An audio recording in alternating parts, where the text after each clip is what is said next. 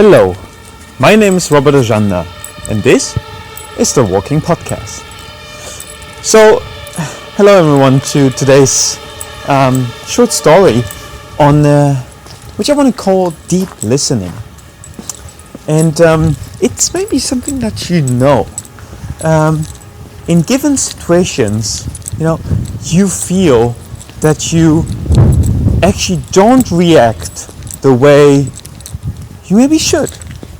And I have that quite often that I kind of feel the action I perform is not really what I should be doing for, the well-being of my mind or the well-being of my body. And a very typical example for me is sleep. I so underestimate the importance of sleep, and I feel that I don't really deeply listen to the needs of my body. So there's many situations in which my body just tells me, kind of shouts at me, boy, you need to sleep, give me rest, I need rest. That's what my body tells me. And for some reasons, I don't really allow myself to listen to the needs of my body. So, continuing talking about sleep, it really rarely happens that I just say, alright, I feel tired, I'll just go to bed now. I'll just take a 15 minutes power nap, for example. And not only that I feel, oh gosh, it's so difficult, to deeply listen to the needs of your body and mind in our day-to-day lives, because, we are so stressed, we are so at pace, that it's just very difficult, to step back, take a moment, take a deep breath, and truly deeply listen to what your body wants to tell you. This is certainly an ongoing exercise for me, that I just want to become better. I want to become better at listening to my body. And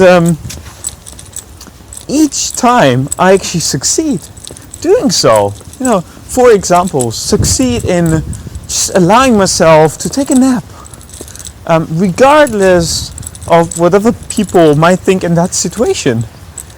A famous one for me is when I'm at work and just allowing myself to take a nap while being at work. And why?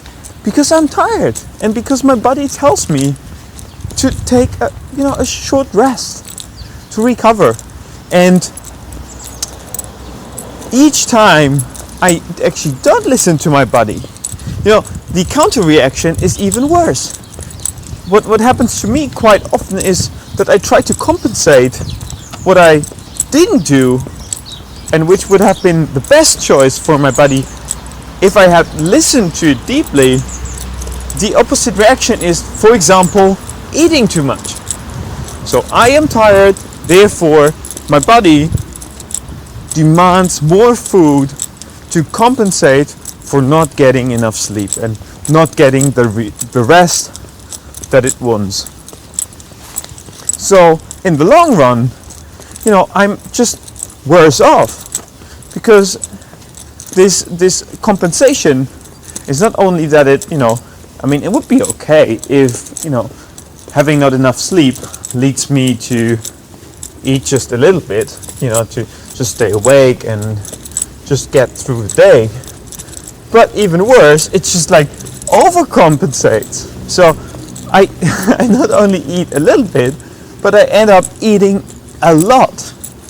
And I end up craving for much more than I would have eaten if I had taken just a little bit of sleep, which would have been the right just choice in that particular moment.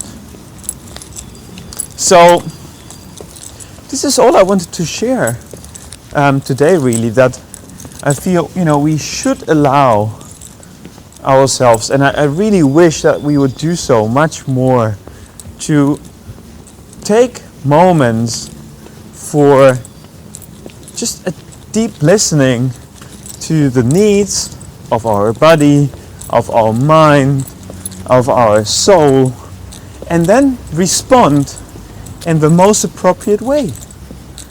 And that it is not awkward to do so, and that it is not awkward to realize that we are not machines, that we just don't run perfectly in any given moment, and that we need to adjust sometimes, and that we need to underperform sometimes, and that this is completely normal.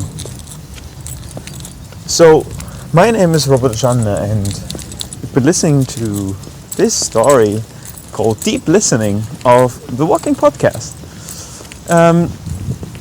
I invite you to just, think about this situation of deep listening, how often you actually perform it in your day-to-day life, what difficulties you face when doing so, and let's start to have a conversation.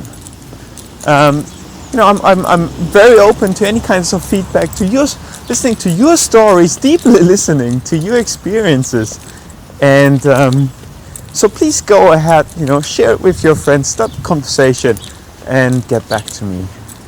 I wish you a wonderful rest of the day. Enjoy a wonderful week, and hopefully you will keep listening deeply to your body's needs, your mind, and your soul. Goodbye.